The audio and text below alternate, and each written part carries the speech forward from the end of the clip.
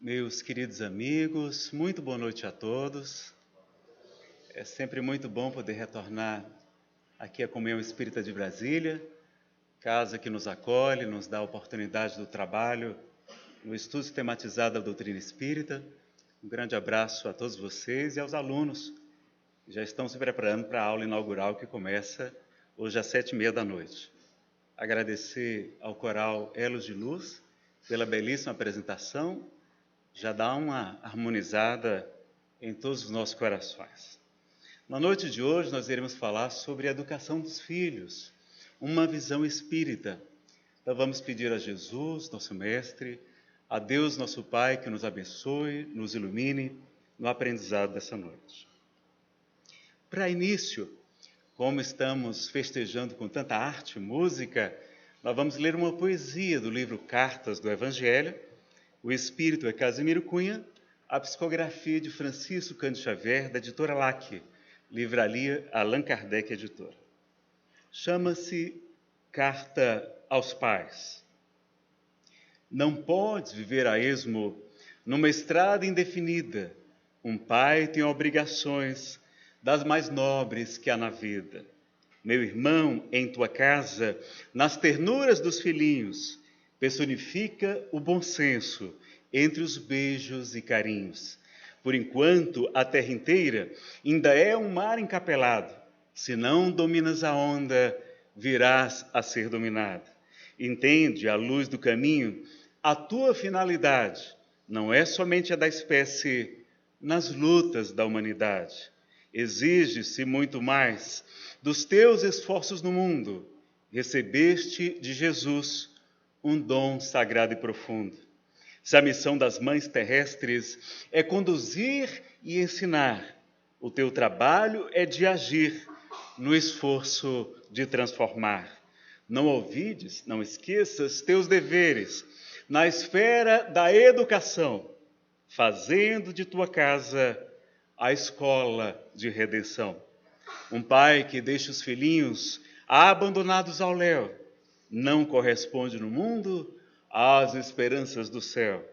Cuida bem dos pequeninos, a educação tem segredos que devem ser estudados desde o tempo de brinquedos. A tua função no lar não é somente prover, mas adotar providências procurando esclarecer. Ensina os teus a gastar. Quem vive muito à vontade pode encontrar a miséria no fim da ociosidade. Gastar somente o que é justo é ser prudente e cristão. Quem gasta o que não é seu faz dívidas de aflição. Luta sempre, mas se os teus não te seguirem os trilhos, esperemos nesse Pai, de que todos somos filhos. Na pobreza ou na fortuna, esforça-te, meu amigo, exemplifica o trabalho e Deus estará contigo. Então fica o convite de Casimiro Cunha, poeta carioca, que com 14 anos perde a visão de um dos olhos, aos 16 ele fica completamente cego. Mas como conhece as claridades da doutrina espírita, vai nos deixar um legado de amor, tem filhos, tem casamento, retorna ao mundo espiritual e mais tarde, pelas mãos abençoadas de Chico Xavier, vai nos trazer centenas de poemas para o nosso coração. Mas não nos dirigiremos só aos pais, falaremos também às mães. E nesta mesma obra, Cartas do Evangelho, tem carta às mães de Casimiro Cunha. Vamos ver qual o recado para as mãezinhas. Minha irmã, se Deus te deu a luz da maternidade, deu-te a tarefa divina da renúncia e da bondade. Busque imitar no caminho a rosa de Nazaré, irradiando o perfume de amor, de humildade e fé.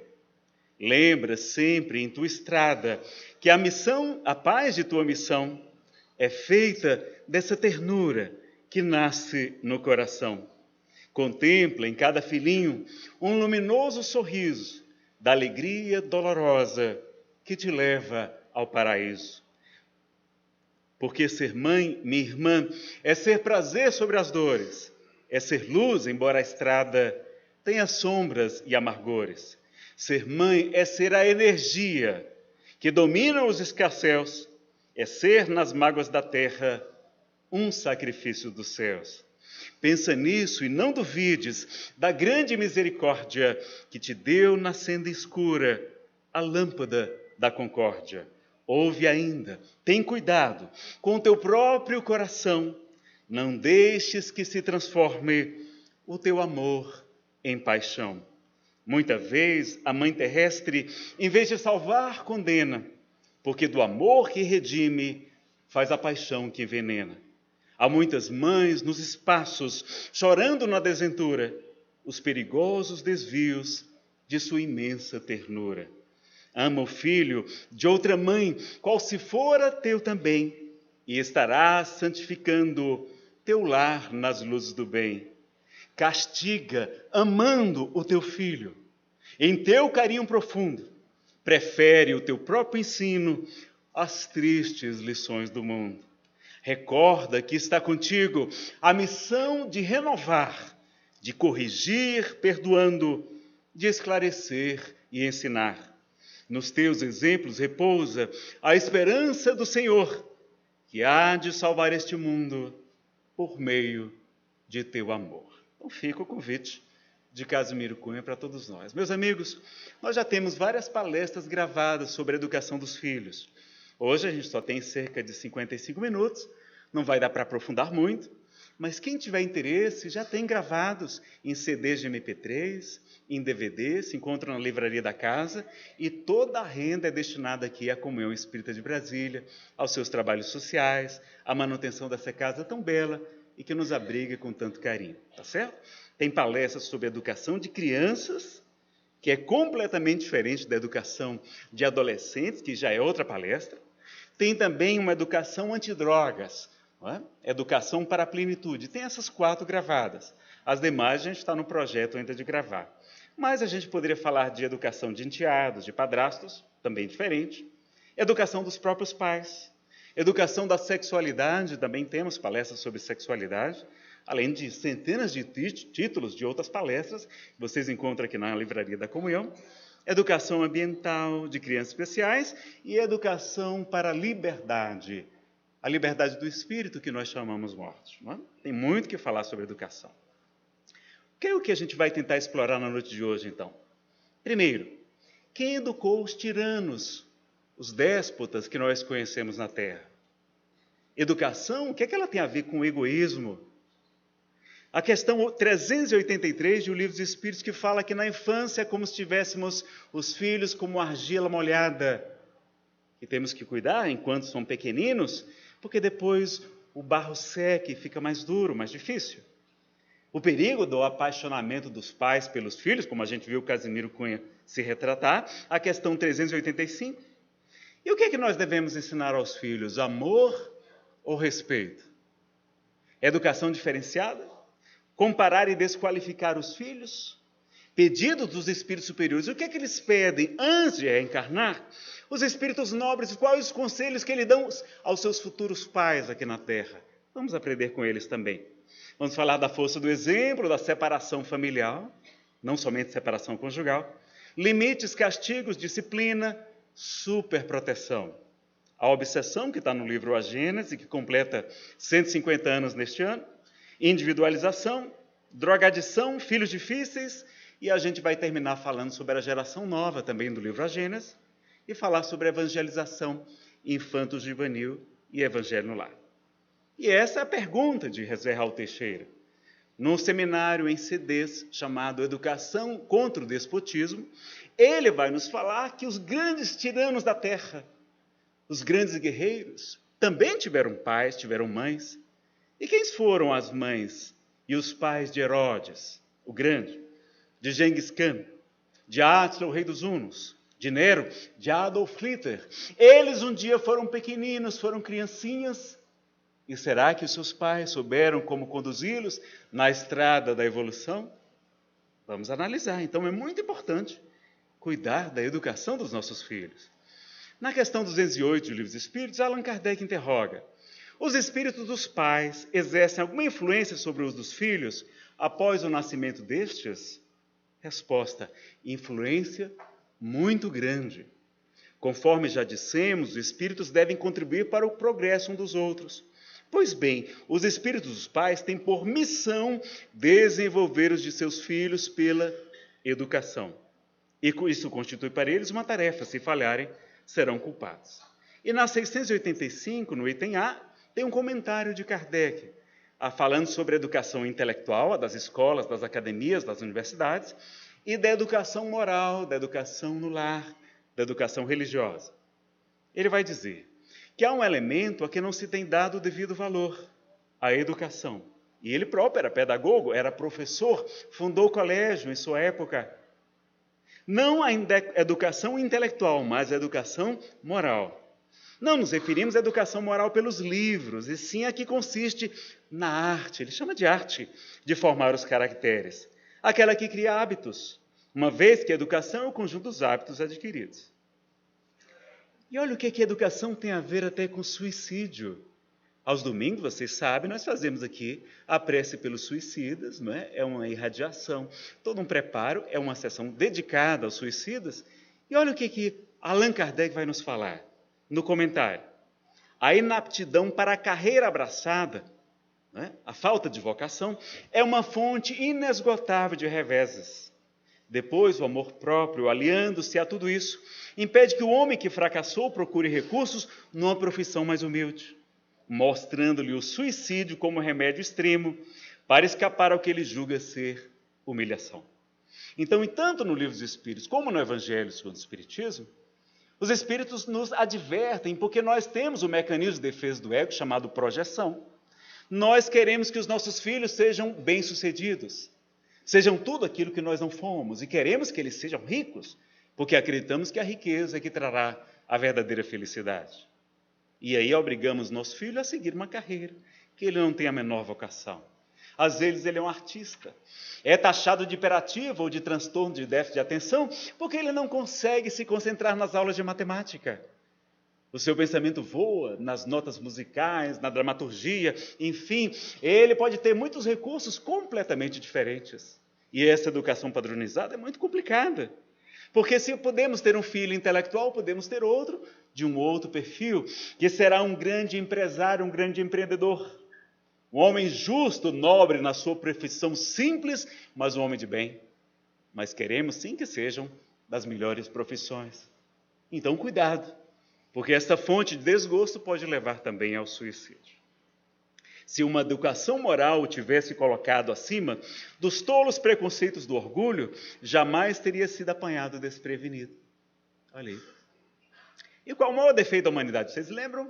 Questão 913 de O Livro dos Espíritos. Kardec pergunta, dentre quais os vícios é o mais radical, principal, o vício raiz. E eles vão dizer, temos-lhe dito muitas vezes, o egoísmo. Daí deriva todo o mal. Estudai todos os vícios e vereis que no fundo de todos há egoísmo. E aí Kardec prossegue falando, e ele vai perguntar qual o meio de destruir esse egoísmo. E aí ele deve dizer que a cura só se obterá se o mal for atacado em sua raiz, isto é, pela educação. Não por essa educação que tende a fazer homens instruídos, mas pela que tende a fazer homens de bem. É a educação moral que a gente fala. Então Kardec nos convida desde isso. E na questão 917 ele conclui dizendo que essa arte, porém, exige muito tato, muita experiência e profunda observação. A gente tem que analisar os filhinhos desde pequeninos, corrigir as más tendências e ter essa experiência.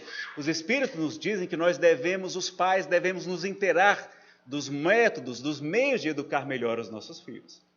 E quando eu fui convidado para falar sobre esse tema, a primeira vez eu comecei a estudar sobre psicólogos, psicopedagogos, psiquiatras, educadores, e eu vi como nós somos, eu pelo menos, analfabetos em educação dos filhos.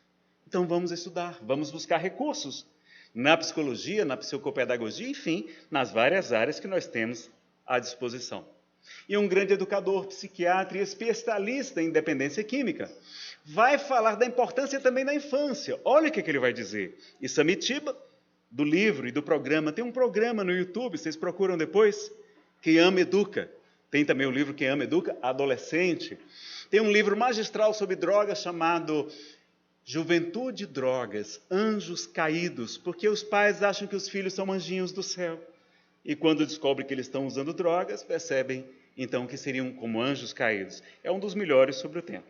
E ele vai dizer que o aborrecente de hoje foi a criança, onça de ontem, que a gente não cuidou, que a gente não educou, que a gente não disciplinou. Então vamos em frente, vamos lá. E na 383, Kardec pergunta qual a utilidade da infância. Ele vai dizer, os espíritos vão dizer que encarnando com o objetivo de se aperfeiçoar, o espírito durante esse período é mais acessível, é mais fácil para ele as impressões que recebe que podem auxiliar o seu adiantamento, para o qual devem contribuir. Eu acrescentei aqui, porque ele não está assim, mas deixa muito claro que é isso. Todos, então é pai, é mãe, é avô, é tio, é a secretária, os educadores. Os patrões também, em Samitiba, diz que nós temos 3 tipos de educadores. Os pais, os professores e os nossos patrões também nos ensinam muito.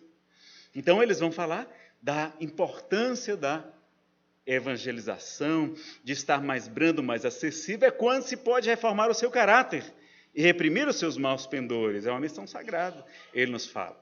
E o grande expositor, amigo muito querido, Alberto Almeida, que é também médico e estudioso da psicologia, psicoterapeuta, ele vai dizer que é um grande perigo porque os pais se apaixonam pelos filhos. Eu estou com uma filhinha recém-nascida, a Lívia chegou hoje, completou 1 mês, e a gente fica babando naquelas coisinhas fofas, lindas, não é? E a gente não sabe quem são esses espíritos, não sabem quem são, mas podemos ter uma grande dica, porque aqui é um mundo de expiação e de provas.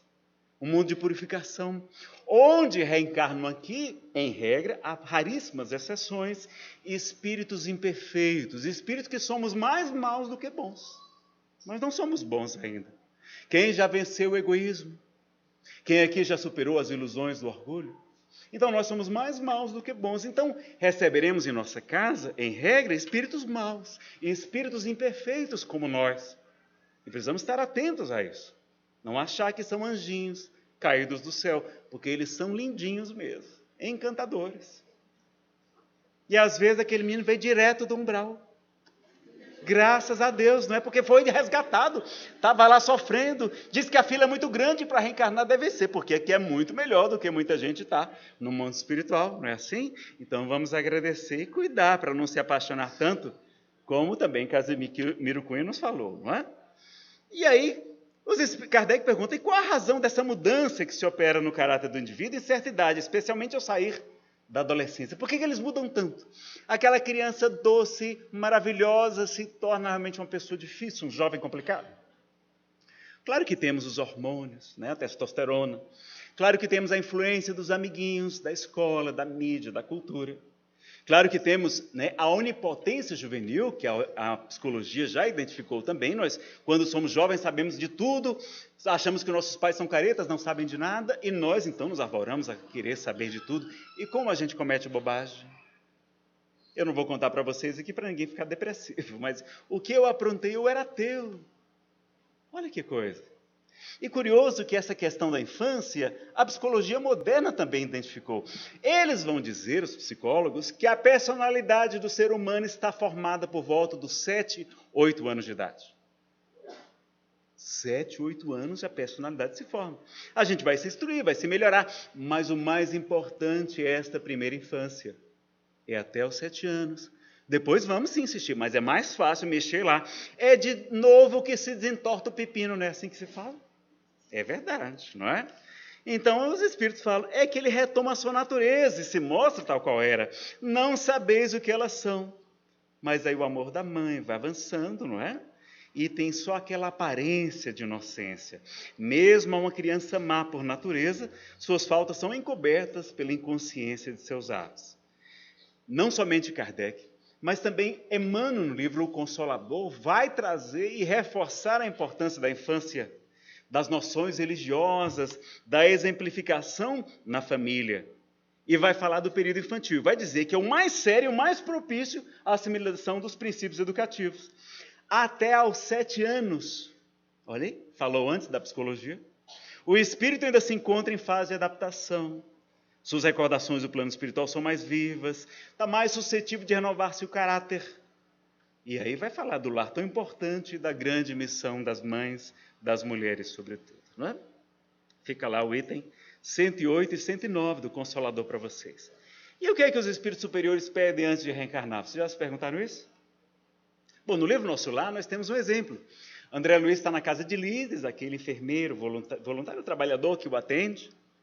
Está lá na casa dele, junto com a família, e através de um aparelho especial, a família está conversando com o pai de Lísias, que está encarnado na Terra, uma criança de apenas 3 anos de idade. Olha como as crianças têm lucidez, apenas o corpo não permite que elas se manifestem. Ele, como é o espírito esclarecido, sai do corpo durante o sono e vai conversar com sua família, que se encontra na colônia espiritual Nosso Lar. E depois de conversarem bastante, Lísias pergunta: papai, o que é que o senhor gostaria que nós, que estamos aqui na colônia espiritual Nosso Lar, fizéssemos pelo senhor que está encarnado na Terra? E ele vai dizer: meus filhos, peçam a Deus para que eu jamais tenha facilidades aqui na Terra, para que isso não comprometa a minha reencarnação. Olha, a gente querendo moleza, não é? E os bons espíritos pedindo para vir para a porta estreita, porque largo e espaçoso é o caminho que leva à perdição e muitos entram por ela. Mas tem mais exemplos. Vamos ver aqui no livro Libertação, também da série A Vida no Mundo Espiritual, de André Luiz. Matilde, que é uma mãe que resgata um espírito que dirige uma colônia imensa nas trevas do mundo espiritual, que houvera sido sua mãe. Ela aparece para ele com auxílio de Gubi, André Luiz, resgata-o de lá. E vai ajudar Margarida, que estava sob a sua influência, completamente prostrada, uma depressão terrível, com espíritos hipnotizadores, com ovoides colocados em sua cabeça, vampirizando a sua energia, ela está prestes a cometer o suicídio. Completamente prostrada. E quando é resgatada, então, com o auxílio de Matilde e Gúbio, Matilde vai renascer como filha de Margarida e vai dizer: Margarida, eu vou renascer como sua filha. Mas, por favor, não me encha de mimos, não me trate como uma boneca, para que isso não comprometa a minha reencarnação. Olha, será então que não tem algo a aprender com esses espíritos nobres? Então a superproteção tem sido um dos graves problemas, como nós vamos ver aqui hoje, não é? E a educação tem que ser diferenciada. Uma pessoa chegou para Raul Teixeira e perguntou: Raul, não sei o que aconteceu, eu criei todos os meus filhos do mesmo modo, e um deles se perdeu. E Raul vai dizer: olha, o meu erro foi esse, porque cada criança é diferente, necessita de uma educação diferente. Jesus nos ensina a parábola dos talentos, mais adiante nos fala que a quem mais foi dado, mais será cobrado. Então a gente ter essa cautela de saber que cada um é diferente e merece uma atenção diferenciada. Então, cuidado com o desamor, com a desqualificação. Alberto Almeida vai dizer que os pais não sabem como eles são importantes para os filhos. Como aquela frase repetida 1000 vezes, dizendo que você não sabe de nada, você não vai dar certo na vida, você é vagabundo, você é isso, aquilo, como se torna uma verdadeira maldição para as nossas crianças. Então, não ser amado é pior até do que uma surra, do que uma pancada, porque é um grave, nós temos muito medo da rejeição. O psiquiatra Augusto Cury recomenda que para cada crítica a gente traga 5 elogios para o nosso filho também. Fazer sempre essa compensação, né? E a gente vai dizer a vocês que o exemplo não é a melhor maneira de ensinar. Rossando Klinge, um psicólogo espírita, expositor também muito querido, vai dizer que o exemplo é a única maneira de ensinar. E aí nós lembramos do Sol de Assis, que dizia que as palavras podem até convencer, mas é o exemplo que arrasta as multidões. Então, na verdade, meus amigos, é fácil educar os filhos. Como é que é a melhor maneira de educá-los? Nos autoeducando.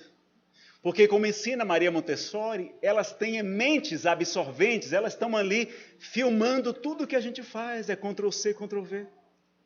Então, se a gente não dá o exemplo, se a gente tem na nossa casa um gatonete, um jacaré, um gato, não sei o quê, a criança aprende a corrupção.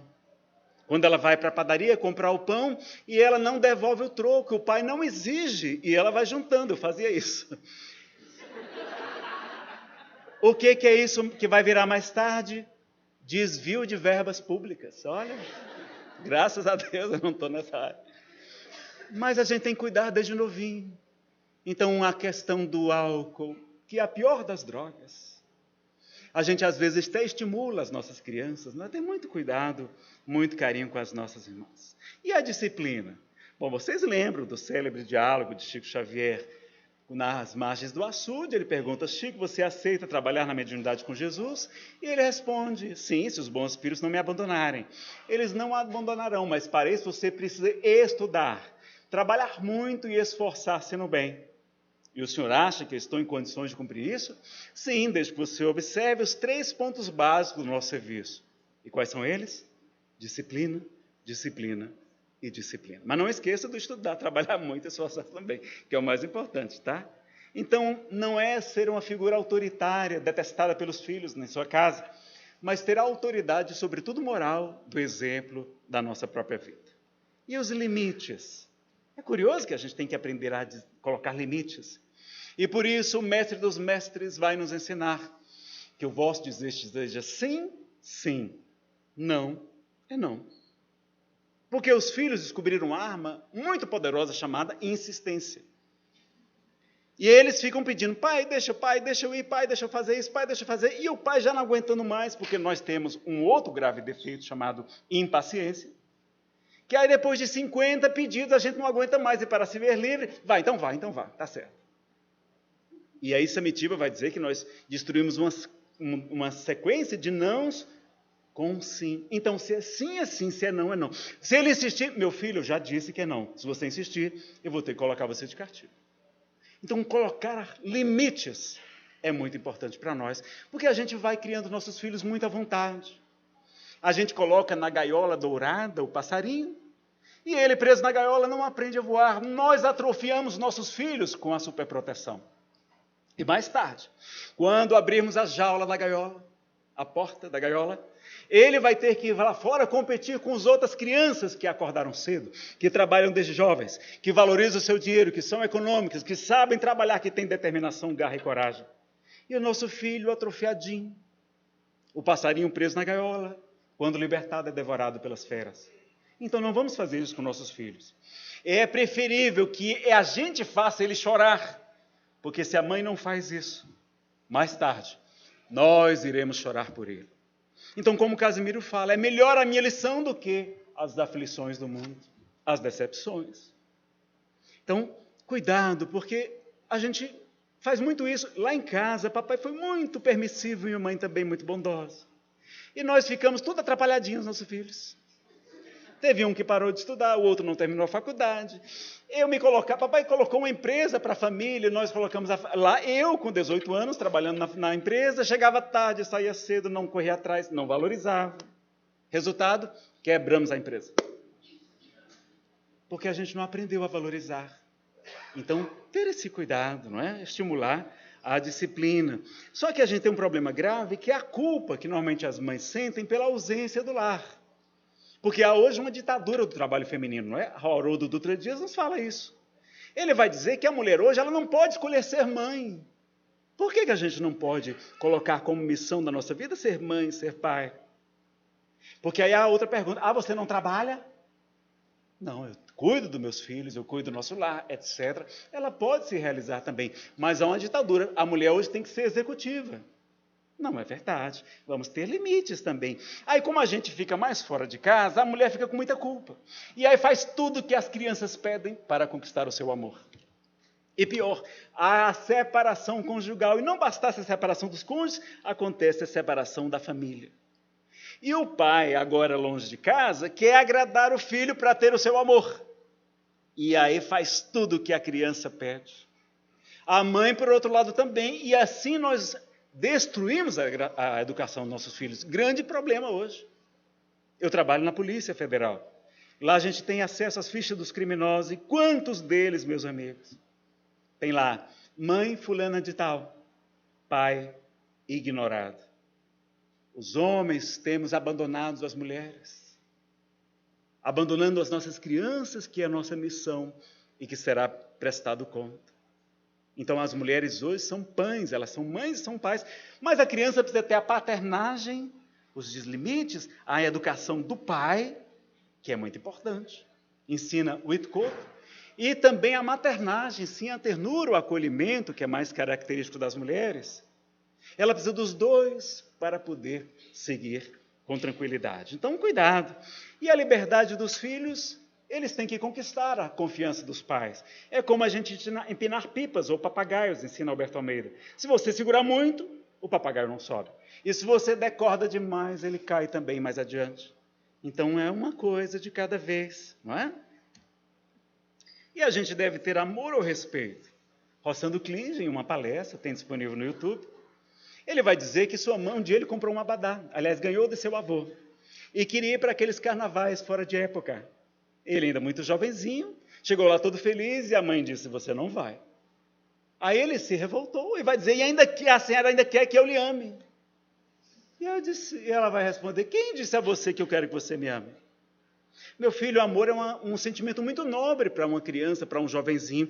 E a gente não sabe o que é o amor. Agora, tem uma coisa que não abre mão da nossa educação, é do respeito.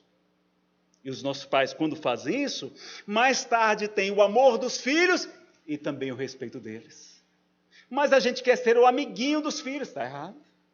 Não é para ser amiguinho, ele tem vários lá fora. Agora, pai, ele só tem um. Mãe, ele só tem uma. E a gente não pode abdicar do papel de pai e de mãe. Temos que saber dizer sim, sim, não, não. Então, cuidado com essa questão. Como é que o mandamento maior fala? Fala em amor? Não, fala honrai vosso pai e vossa mãe. Esse é o mandamento. O amor vem como consequência. Só quando eles vão se tornar pais e mães mais tarde, é que eles vão valorizar o paizinho e a mãezinha que tiveram. Não é verdade?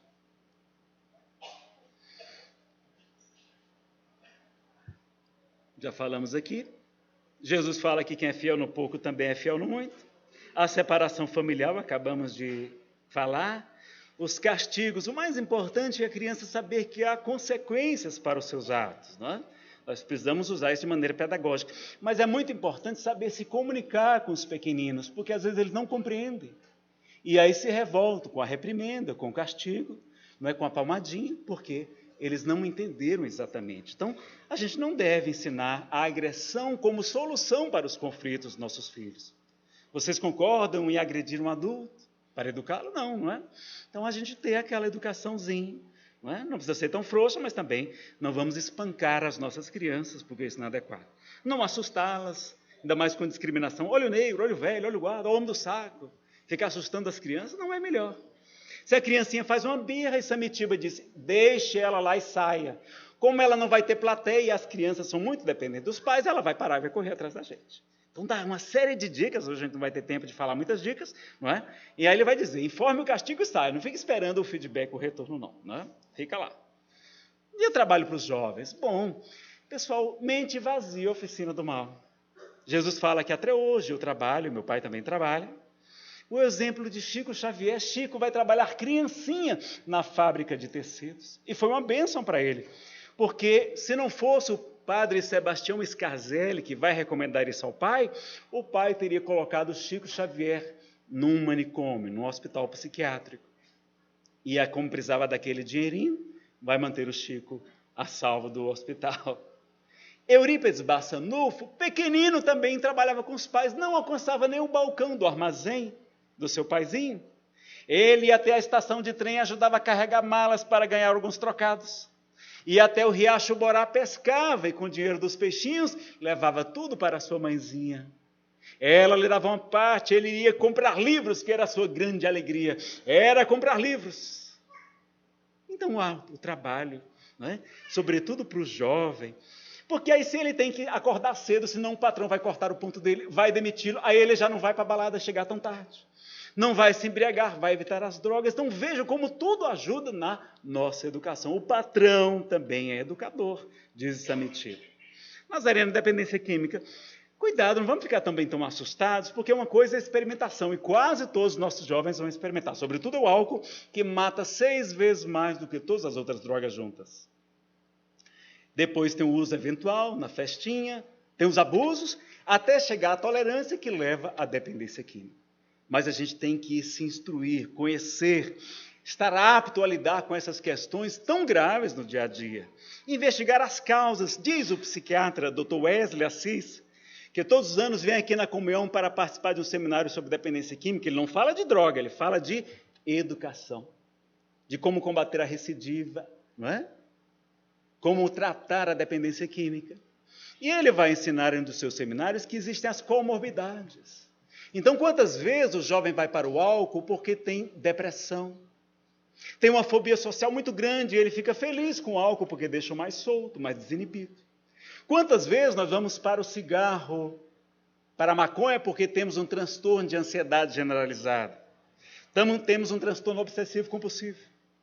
Temos conflitos familiares, conflitos sexuais. É muito comum a gente se anestesiar nas drogas por causa dos conflitos. Então temos que investigar o que está por trás da droga. Não adianta mandar alguém para uma clínica de desintoxicação, que aliás representa muito pouco no tratamento, se a gente não descobrir qual é o vazio interior que aquela droga está preenchendo. E às vezes é uma doença, um transtorno psiquiátrico que tem tratamento, não é? Aqui na nossa Comunhão Espírita de Brasília, nós temos, para tratar questões como depressão, ansiedade, etc., às quintas e sextas, às 19 horas, o grupo Acolher. E sabemos também da importância da obsessão espiritual, da influência dos espíritos, sobretudo na adolescência, período grave, porque por causa de um erro de cálculo pequeno, nós podemos comprometer todo o edifício, diz o Espírito Emmanuel, não é?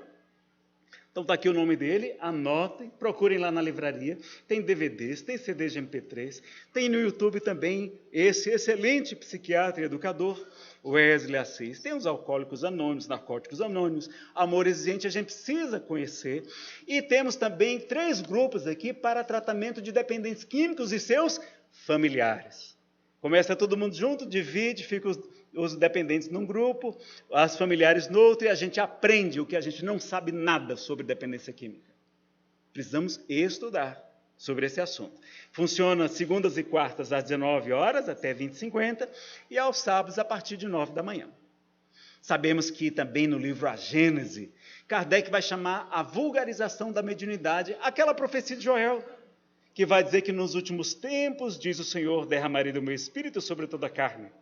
Vossos filhos e vossas filhas profetizarão, darão comunicações mediúnicas. Vossos jovens terão visões e vossos velhos sonharão. Ele vai dizer que até nossos servos profetizarão, ou seja, que a sensibilidade aos espíritos vai ficar cada vez mais comum. E Kardec fala em epidemias de obsessão, muito graves porque o planeta atravessa, não é? Nazareno, filhos ingratos, filhos infratores que se tornam criminosos. Lembremos de Jesus, que, aliás, o único título que ele aceitou receber de alguém foi de mestre. Né? Chamaram ele de bom, ele disse, por que me chamas de bom? Bom só há um Deus. Mas quando chamaram de mestre, ele diz, mestre, dizei o bem, porque eu o sou. Jesus era o mestre, é o nosso mestre. Ele vem dizer, eu não vim para os sãos, mas para os enfermos. Sabemos pelo Livro dos Espíritos, na questão 699, que quanto maior o sacrifício, maior o mérito da ação.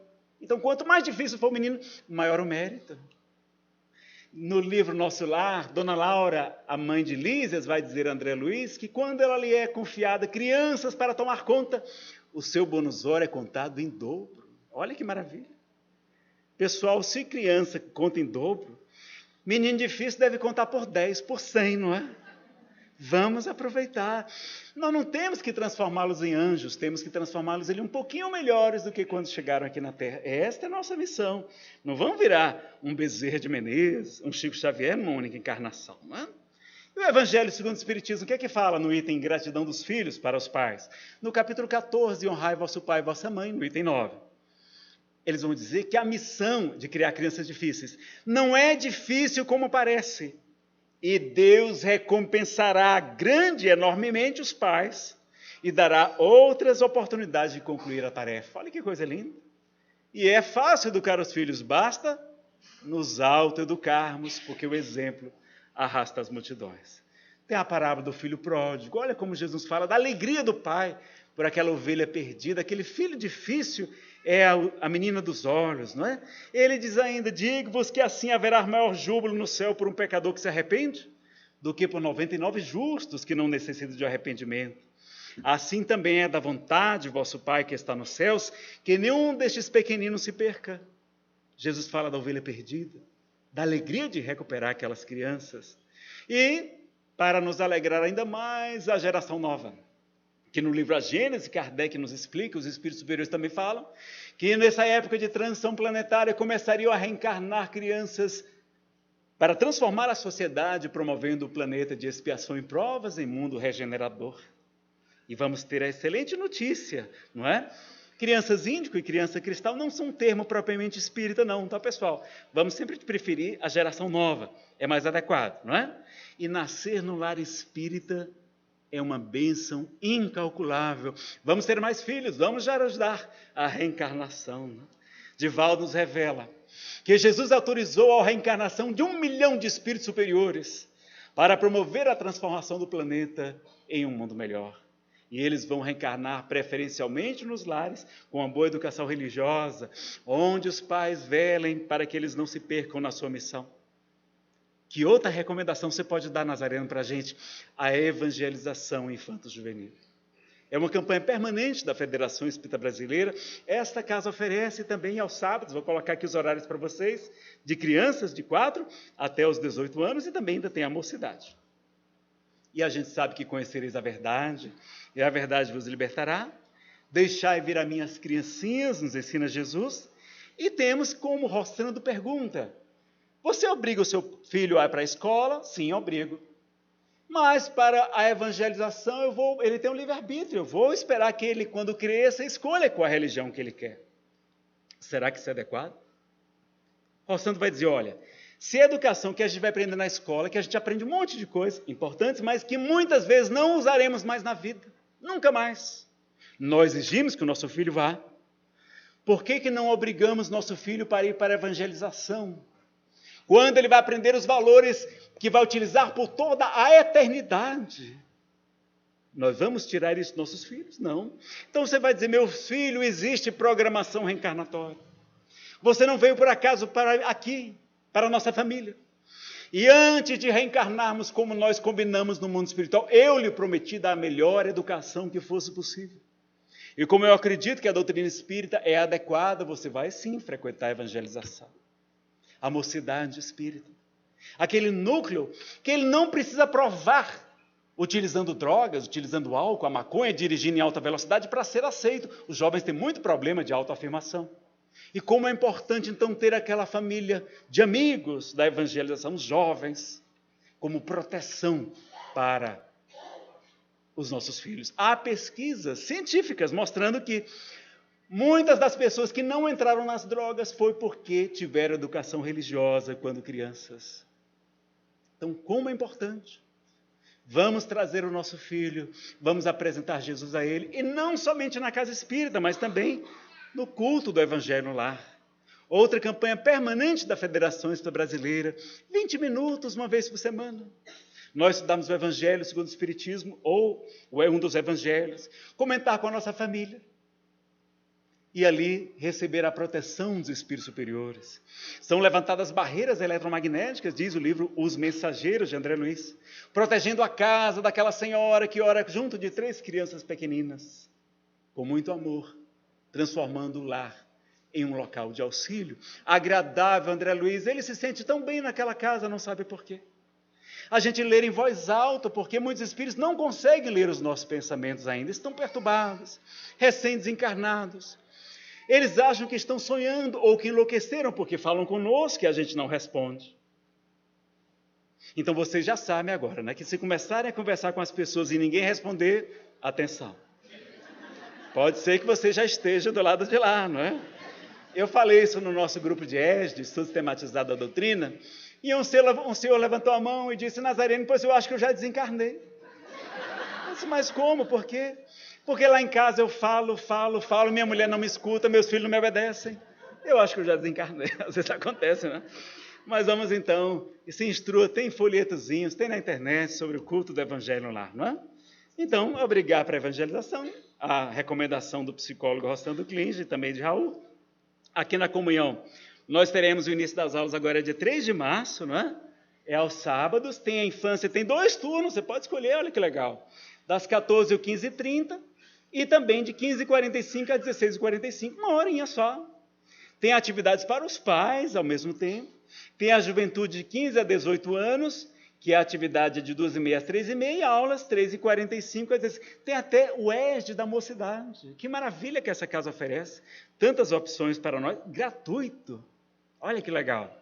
Tem a aplicação de paz para nossas crianças ficarem mais calminhas, né?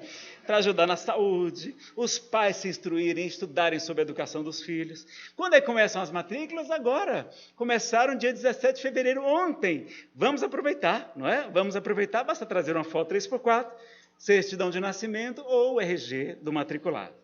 E aí a gente lembrar do nosso papel, do nosso poder, porque Jesus nos exclama, nos pergunta, não está escrito, vós sois deuses? Está lá no Salmo 82, vós sois Deus e filhos do Altíssimo todos vós. Deus com D minúsculo, mas somos todos filhos, somos todos divinos. E ele vai dizer, na verdade vos digo, que aquele que crê em mim também fará as obras que eu faço e as fará maiores do que estas. Vós sois o sal da terra, o fermento da massa, a luz do mundo.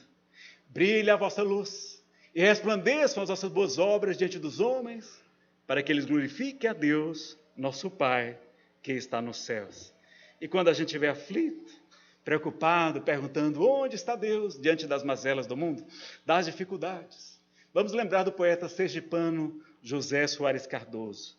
Onde está Deus? Pergunta o cientista. Ninguém ouviu jamais quem ele é. Responde às pressas o materialista. Deus é somente uma invenção da fé. O pensador dirá sensatamente, não vejo Deus, mas sinto que ele existe. A natureza mostra claramente em que o poder do Criador consiste. Mas o poeta dirá com segurança de quem afirma porque tem certeza.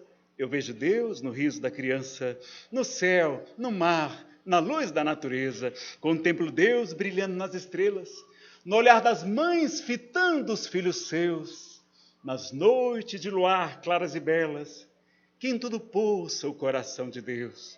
Eu vejo Deus nas flores e nos prados, nos astros a rolar pelo infinito. Escuto Deus na voz dos namorados e sinto Deus na lágrima do aflito. Percebo Deus na frase que perdoa, contemplo Deus na mão que acaricia, escuto Deus na criatura boa e sinto Deus na paz e na alegria. Eu vejo Deus no médico salvando, presinto Deus na dor que nos irmana, descubro Deus no sábio procurando compreender a natureza humana. Eu vejo Deus no gesto da bondade, escuto Deus nos cânticos do crente, percebo Deus no sol, na liberdade, e vejo Deus na planta e na semente. Eu vejo Deus, enfim, por toda parte, que tudo fala dos poderes seus. Descubro Deus nas expressões da arte, no amor dos homens também sinto Deus. Mas onde eu sinto Deus com mais beleza, na sua mais sublime vibração, não é no coração da natureza, é dentro do meu próprio coração. E a gente tem um vídeo convite especial para colocar para vocês. Pedi aos meninos da técnica para colocar o som. O nosso querido Paulo Maia, presidente da Federação Espírita do Distrito Federal, vai nos convidar para participar do 4º Congresso Espírita do DF. Olá, querido amigo e colaborador do bem. Estamos de volta com mais uma edição do nosso Congresso Espírita do Distrito Federal. É nosso 4º Congresso, com a temática O Bem e o Mal e seus efeitos na sociedade. Propomos uma profunda reflexão neste momento convulsivo em que vivemos. Mais uma oportunidade de reunirmos a família do bem na capital do país, vibrando em harmonia com Jesus, envolvendo nossas instituições e toda a sociedade. Venha participar conosco, traga a sua família, teremos atividades para adultos, jovens e crianças. Teatro, também. Oficinas, palestras, debates e muito mais. O mal é necessário? Faz parte de nós? O bem prevalecerá? Venha conosco. Então é o 4º Congresso Espírita do Distrito Federal. Acontece agora, está bem pertinho, não é? De 20 a 22 de abril de 2018. Será desta vez no Centro Internacional de Convenções do Brasil. Teremos 12 palestrantes, artistas, músicos maravilhosos se apresentando. Vocês podem fazer a inscrição pela internet no site da FEDEF, é FEDF, de Federação Espírita do Distrito Federal.org.br. Dá para pagar com cartão de crédito, cartão de débito. Pode fazer o boletim também. Quem quiser mais informações, eu vou estar na livraria.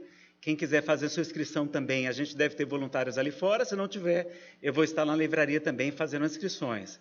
Aproveitem, porque nós só temos agora mais 150 ingressos com preço promocional. Não é? Havia a promoção de até o dia 31 de janeiro, e os ingressos desse lote já estão acabando, então você comprando antes tem 20% de desconto. Tem desconto para a família a partir de 3. O congresso para os jovens custa apenas R$60, eles ganham alimentação todos os dias, e as crianças apenas 30. Então o nosso ingresso patrocina o ingresso dos jovens, das crianças. A gente comprando antecipadamente também garante que outras pessoas não espíritas tenham acesso a conhecer a doutrina, porque a FEDEF, com os recursos antecipados, pode colocar outdoors, notícias na televisão, nos jornais, para que possamos divulgar o Espiritismo, não somente para os espíritas, mas todos aqueles carentes do amor de Jesus. A gente vai terminar com a prece e vou deixar depois os horários de evangelização infantil aqui na casa para vocês. Opa, não está aqui? Vou pegar aqui agora, rapidinho. Eu pedi para a Analice a oportunidade de fazer uma prece, fazer uma vibração pelas nossas crianças, não é? Tivemos agora o carnaval, momento grave, difícil para todos nós, para os nossos jovens. Então vamos recorrer a Maria, a mãe de Jesus, que Dr. Bezerra de Menezes, que Francisco de Assis, que Francisco Cândido Xavier tinha um grande respeito, uma grande veneração por Maria de Nazaré. E o poeta Amaral Ornelas, no livro Parnaso de Além Túmulo, da editora da FEB, vai trazer essa poesia em forma de oração para nós concluirmos a nossa noite. Chama-se Ave Maria. Ave Maria, Senhora, do amor que ampara e redime, ai do mundo se não fora a vossa missão sublime.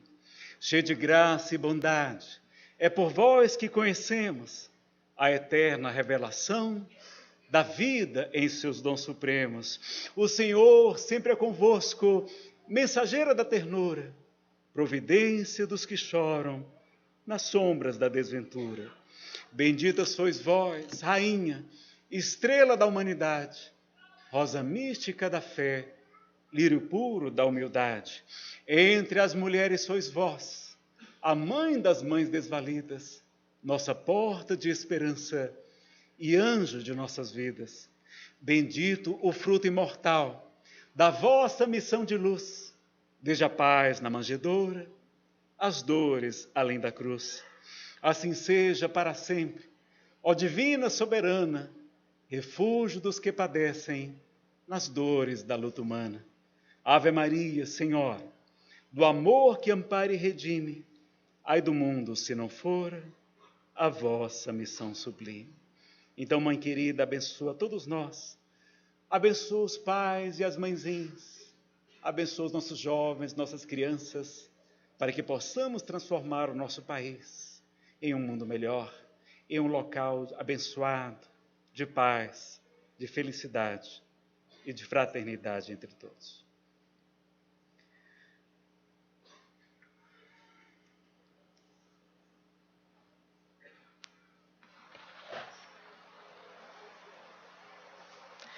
Nós agradecemos ao nosso irmão Nazareno pela exposição da noite de hoje.